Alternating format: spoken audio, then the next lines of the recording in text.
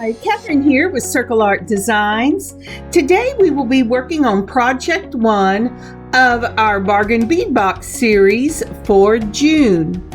The piece I've chosen to make today is a Bohemian style multicolored tassel necklace. I absolutely love the way this piece turned out.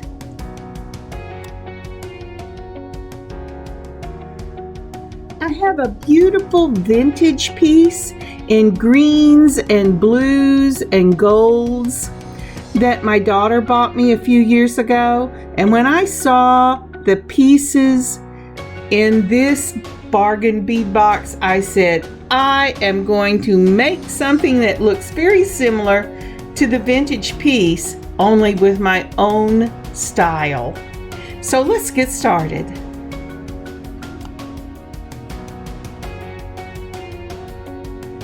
So from the Bargain Bead Box, we will be using the 8mm crystal faceted, bowl cut, cracked round beads in magenta.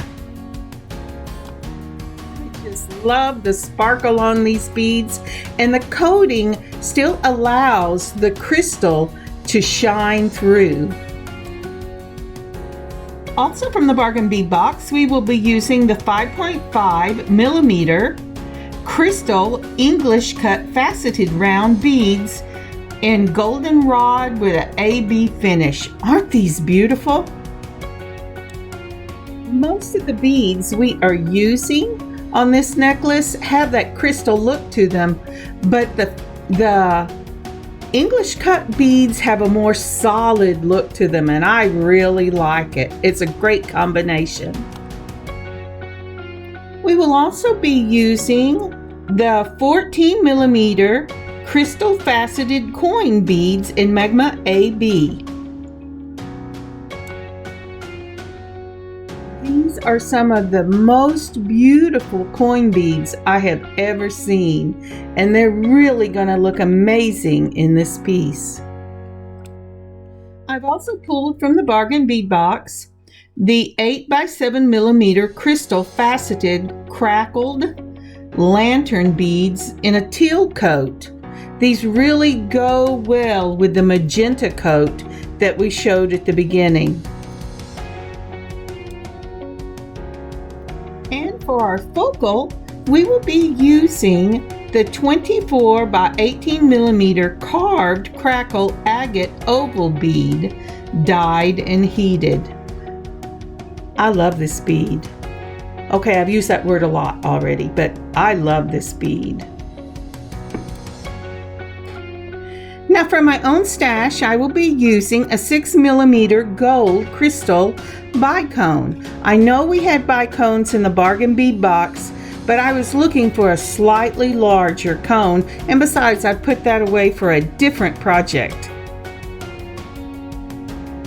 And again from my stash, in that same beautiful crystal gold is a 24mm, I'm not sure what you call this bead, but I love it. It's kind of oval, it's faceted, it's beautiful. There was no tag name on it when I bought it, so if you know the name of this bead, please leave it in the comments below. For our stringy material, we will be using Eslon cord in magenta. So my camera ate the film of when I was doing the tassel. There are lots of DIYs on YouTube about doing tassels, but I wanted to put up instructions here. The difference between this tassel and tassels you may have used before is after you have wound the tassel around your board form, your cardboard form, normally you would slide it off and then you would wrap cording around it. With this necklace, you're going to need to put your beading cord through all those loops at the top. So before you take the tassels, the wrapped tassels, off of the form, take another piece of cord and run it through the tassels so you catch all of them and you make a shape, a hole shape you can go through. And go ahead and tie that off, and then make the tassel just like you would any other tassel. Now, once you have wrapped all of your cording around your board and you've put your extra cord through and tied up the knots and slipped it off that cardboard, I have trouble with that, and wrapped the cording around your tassel, then you're going to want to put a needle on the end of your cording after you've tied that knot, because you're going to slip that knot up underneath your wrappings. Put a dollop of glue on it and then pull your cord underneath all of your wrappings till the knot pops under. Do that with both of your wrapping ends, and then take your scissors and clip all the circle ends at the bottom of your tassel.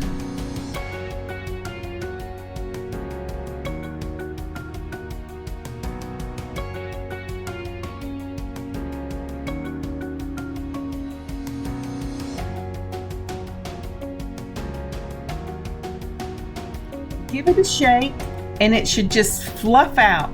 I love the way it curves. It kind of makes it look like it's swaying in the wind.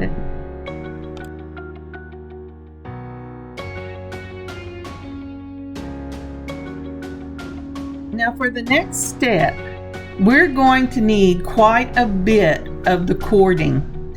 I take and hold my cord end right at about my breastbone, and then I pull it all the way out a full arm's length, and then I pull it all the way out another full arm length, and then I clip it because we're going to be tying a lot of knots. Now my daughter said she's always feels safest when she pulls 3 arm lengths worth of cord, because she has run out of knots before, a string for the knots before.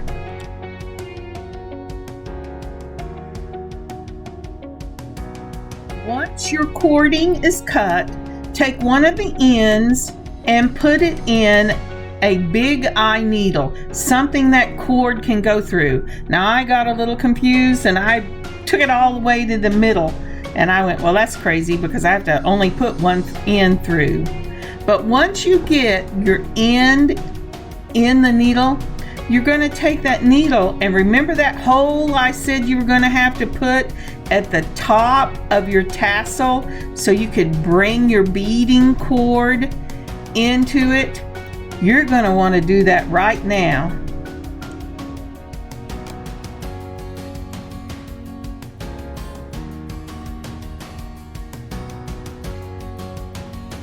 So taking your needle, make sure you go through all of the loops in the top of your tassel.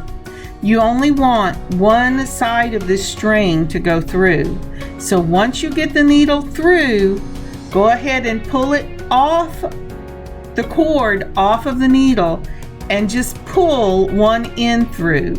Now you're going to make your ends meet so that you have the same length on both ends of the tassel, or both sides of the tassel.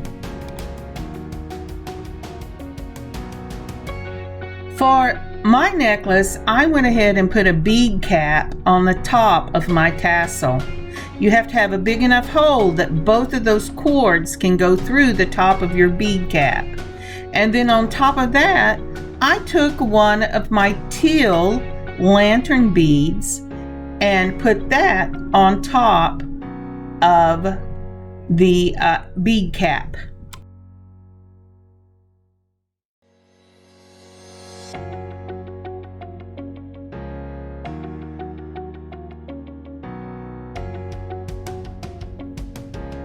really like that look. I took the end of a pencil and pushed the eraser into my bead cap to spread it out a little more so it would go more over the top of the tassel. So both strings will go through your bead cap, and then they will go through your lantern bead. Then I took and tied an overhand knot at the top of my lantern bead to really cinch that down against the tassel before I put my carved magenta bead I'm using for the focal on. Now again, when you put on this focal bead, you're going to want to put both cords through. Once you get both cords through, then you're going to want to tie another overhand knot at the top. Just love that look. Did I say love that look? I just think that look is amazing.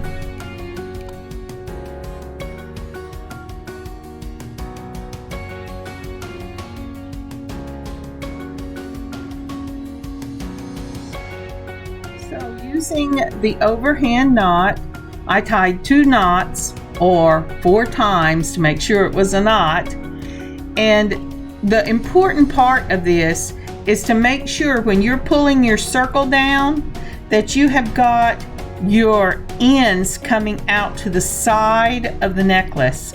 If you just pull them to the front, then your necklace piece, when you start beading, is going to be from the front to the back as opposed from the side to the side. So it's really important when you're tying these overhand knots which direction you pull your cord when you're making the knot.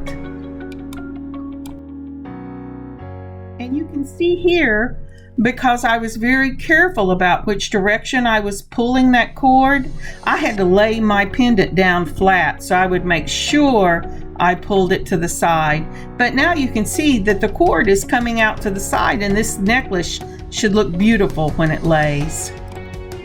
So I've laid out my beadboard the way I want my beads to look.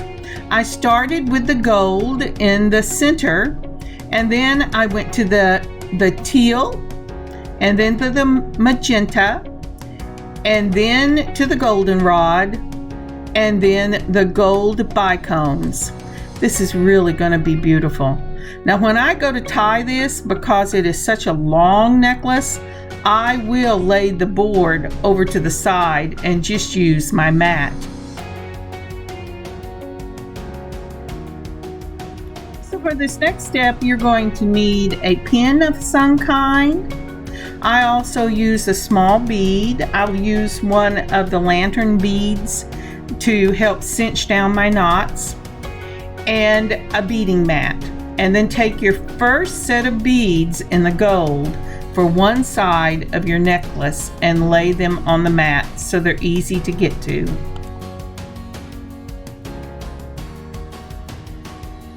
Now I was really blessed whenever I bought those really large gold crystals that we're using here, because they came with about a 5mm rondelle in the same color. And I'm going to use those here to help with spacing.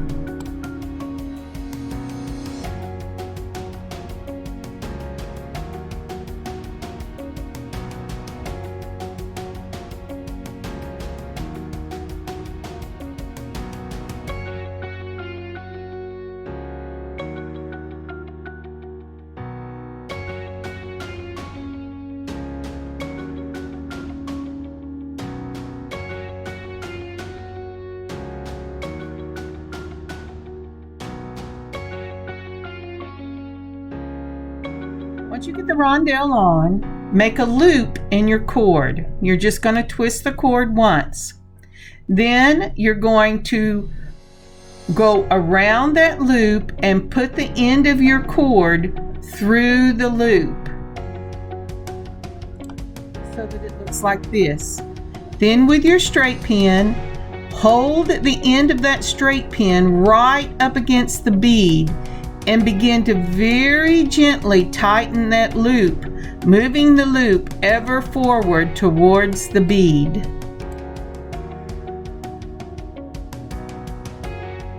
Once your loop is up against your rondelle, go ahead and thread your next bead, whatever that is. Mine are the larger beads in this set. I ended up using some small spacer beads because when I tied my knot, this large bead just moved up and down. I'll show you what I mean. So I decided to go ahead and put another knot on here. I end up using 2 knots for every one of these spaces. So you make your loop. If you see, I hope you can see it better here. Sorry about where my camera has to sit. And then once you've made your loop, run your cord through the loop, put it on the board, hold it close to your bead, and tighten it up.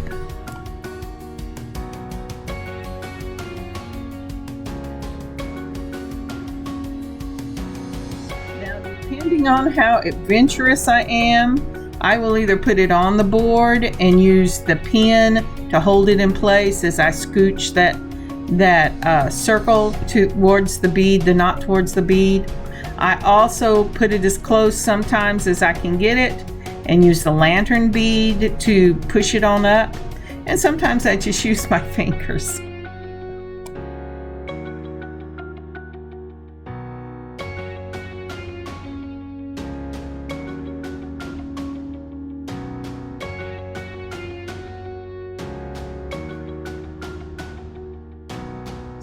A fairly substantial little knot on this, and so now I'm going to the next bead, the large one that I first tried to put on, and it just slipped over the knot. So first I put on a daisy spacer. These have much smaller holes, and it will close up the hole on the end of that large bead. Then I'm going to put on my large bead and another daisy spacer, and then I'm going to put on 2 knots on the other end.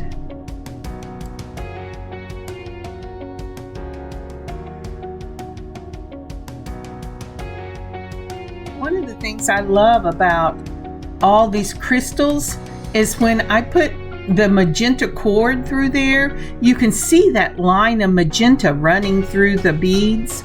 And I think that really helps to tie this all together between the cord and the knots.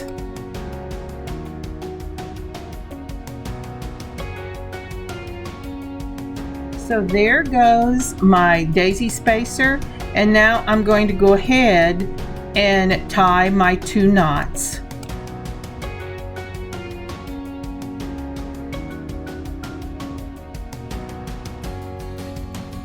Twist your cord over itself in a single loop, then go around and bring the cord up through that loop, and very carefully with a pushing motion as you hold your bead down, either with your fingers or with that pin, begin to move that cord towards your bead.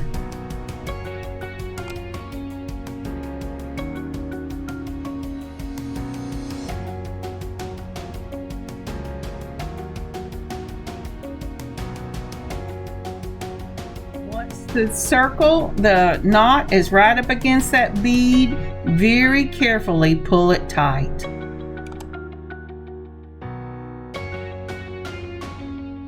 After doing that twice, go ahead and put on your spacer bead. Whether you're using a rondelle or just a regular bead or a bicone, you're going to want to put your spacer bead on and put 2 more knots on the other side. So I have my knot close to my bead.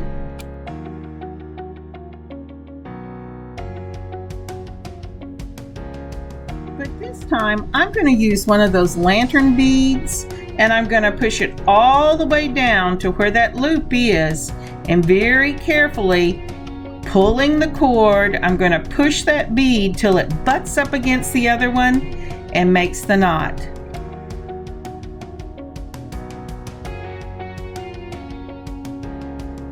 Again, making the loop, bringing it through the loop, moving the loop close to the bead or the other knot, because I've already put one knot on. I'm going to put the lantern bead on and push it down. When I get close to it, I'm going to pull this cord and push the lantern bead until it butts that knot right up against each other.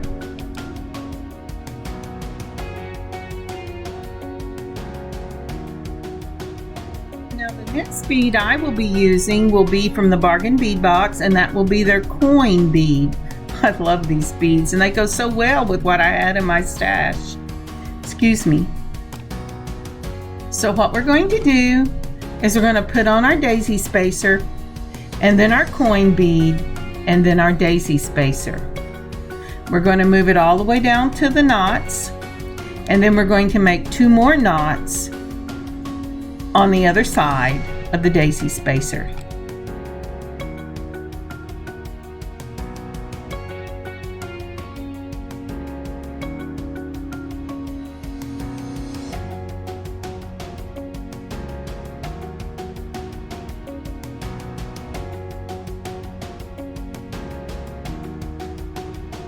So make your loop, bring the cord around to the back, move that loop down towards your bead. If you're having trouble holding it in place, go ahead and use your pin. Then put on your lantern bead, and as you're pulling and pushing, pull the cord, push the lantern bead until it butts up against your daisy spacer and that coin bead.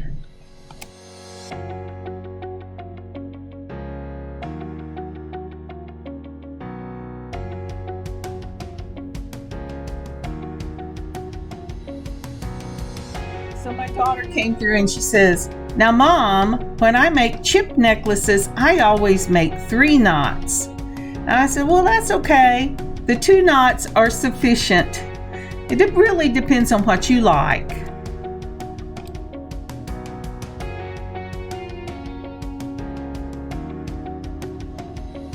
Doesn't that hint of magenta look beautiful, peeking out between each of these gold beads?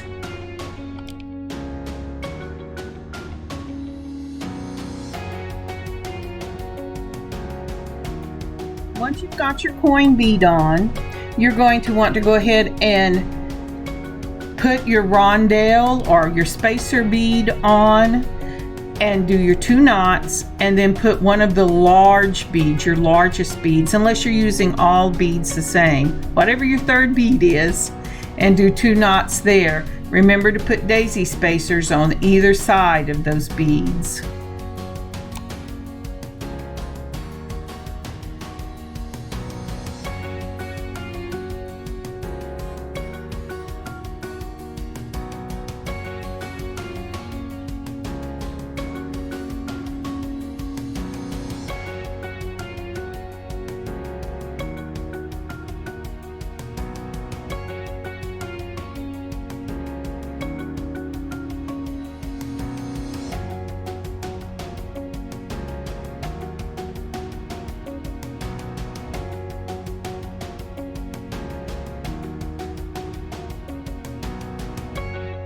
Take a moment to like and leave a comment for this video. Thank you so much. It is really, really appreciated.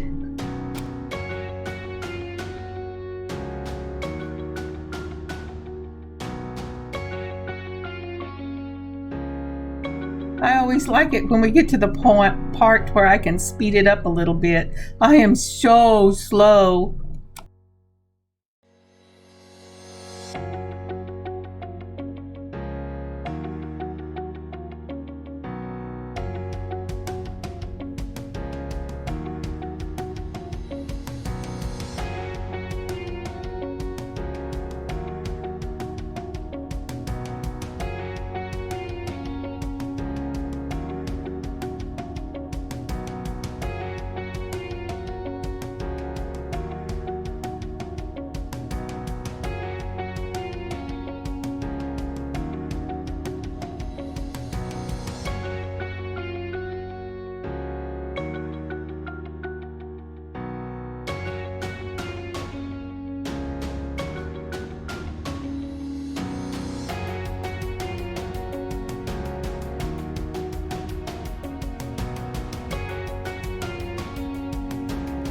here we have this side with the gold beads that we're going to need. Well, actually, we're going to put on one more rondelle. Once we get that done, I will flip it over and do the other side and meet you back here.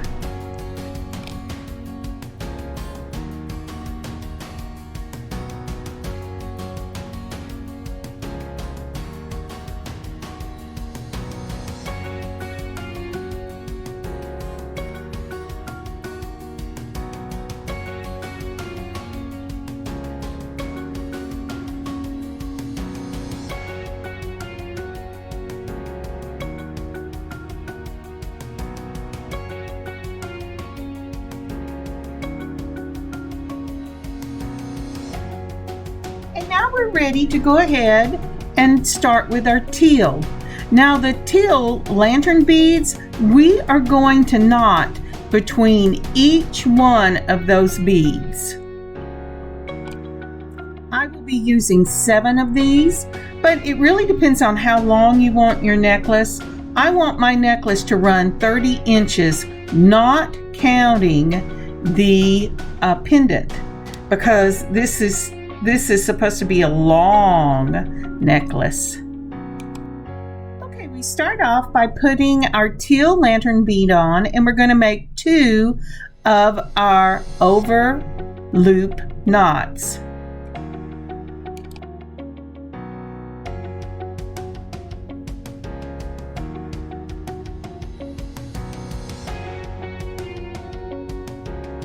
I'm going to speed this section up because we've had lots of practice doing those over loop knots. Remember, make your loop, bring it in from the back, take your needle and put it up against your bead to hold it in place, and then very carefully cinch it down. You can use the lantern bead for this, or a smaller bead than your lantern bead. I do it about half and half.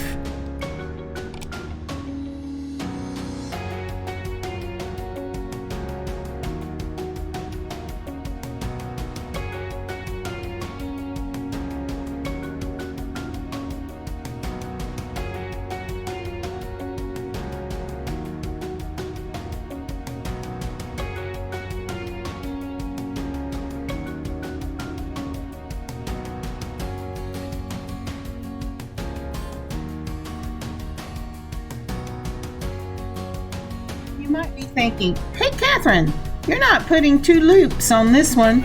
And you know, you're right. My lantern beads I was able to make the loops just a little bigger, the knots a little bigger here, and so I only used 1. In retrospect, I would probably go ahead and use 2 here.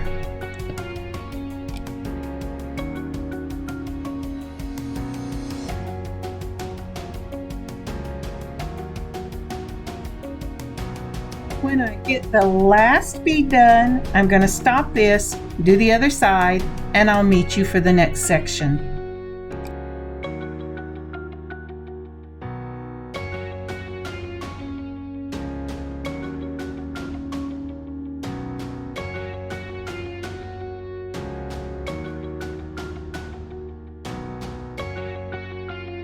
Oh, that is looking really good. For our next section comes the straight stringing. What we will do is we will put 2 knots at the beginning of a section and 2 knots at the end of a section. So our next color will be the magenta, the lantern beads in magenta. And we're going to string on 7 of those.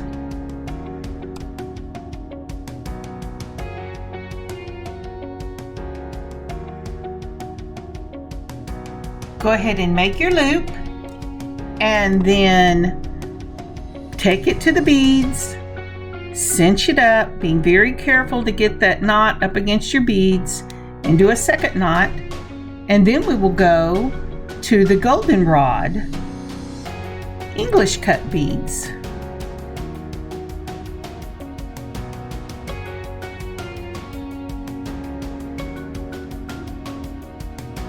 And Then you're going to want to end this section with 2 of your loop knots. Once you've done that, turn your necklace over and go ahead and repeat these steps on the other side.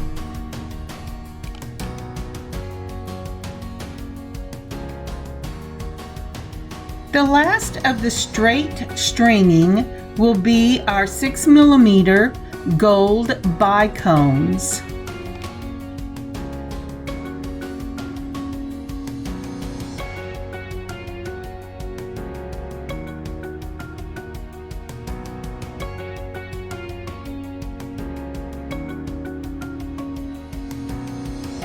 The number of bicones you use in this gold will depend on how long you want your necklace, but you want a goodly amount because you want the top of this necklace to tie in with the center of the necklace using the same color for both sections. Once you get this done, tie it with 2 knots and then turn it over and put the same amount on the other side, ending with 2 knots. For my necklace, I am going to use clamshells. Take the clamshell and put it down on one side of your necklace, butting it right up against the knot.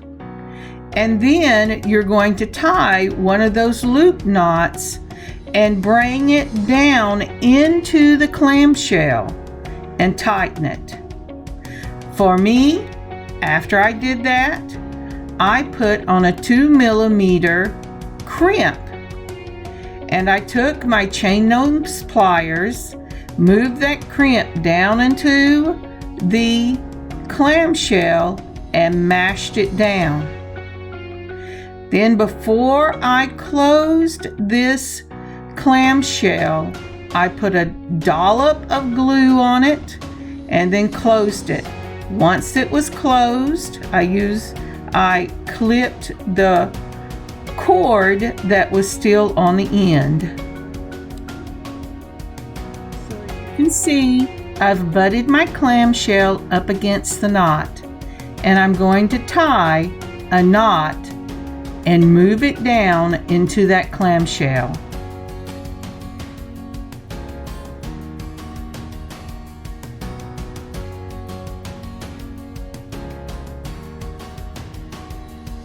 The reason I'm using a knot, a crimp, and the glue is because this necklace ends up being heavier than I normally make because of all the glass, and so I want to make sure that holds.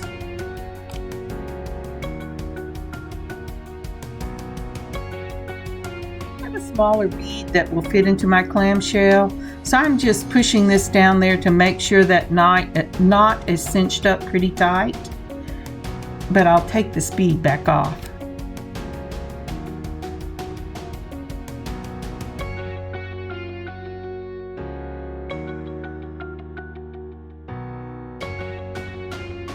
And since your crimp is inside your clamshell, it doesn't really matter what color crimp you use.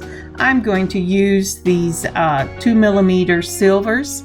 I'm going to put it in there, and like I said, once you get it up against your knot, go ahead and crimp it with your crimp tool. Mash it, not crimp tool, with your chain nose pliers, because you want to mash this flat. You want a wide surface area in that clamshell so that it doesn't slip through the back of the clamshell.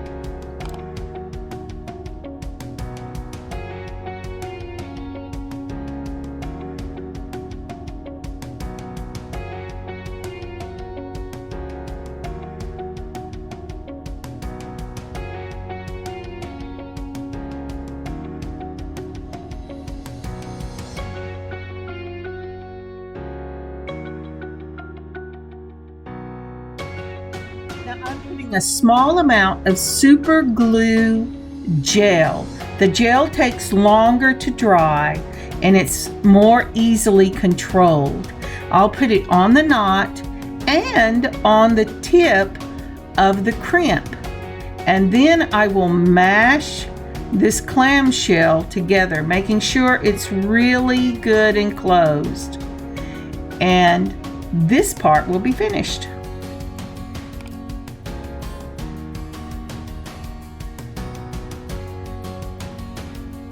When I close my clamshell, I always move the cord to the side. I do not want it to block the little holes I need to put jump rings in. So I move it to the side and then I clip it from the side.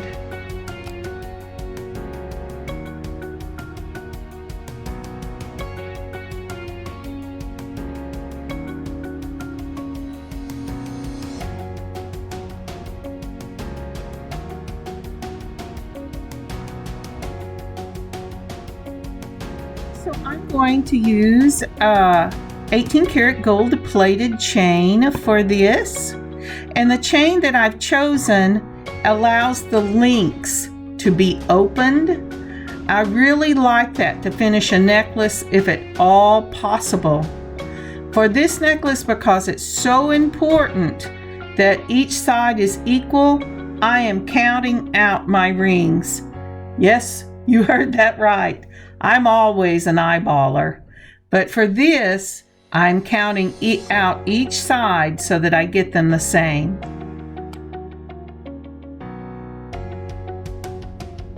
As we're getting ready to put on the chain, I wanted to take a moment and say thank you so much for going along with me on this beading adventure today. I've had a lot of fun making this piece, and I have to tell you, this piece will not be making it into my online store because I love it and I'm going to keep it for myself. Now, once you have counted out your links, go ahead and open the link up just like you would a jump ring and take it off your spool. Using that open link, put it on the clamshell from your necklace and then add the chain to it and close that link up. I always put the necklace on and then the chain. It's important to do this on both sides so they look the same.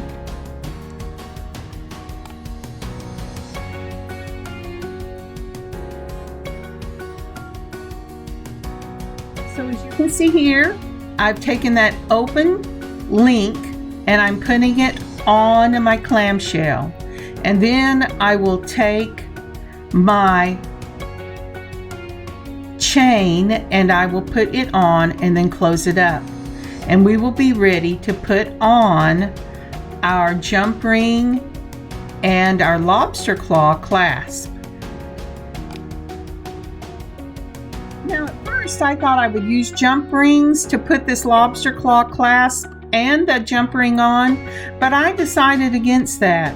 I am opening up the links on both sides and adding my findings, my clasp and my jump ring, onto the necklace itself.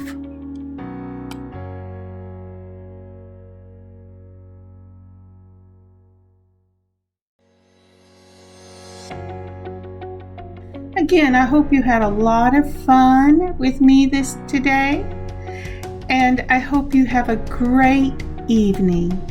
I'll put pictures at the end. Catherine, Circle Art Designs.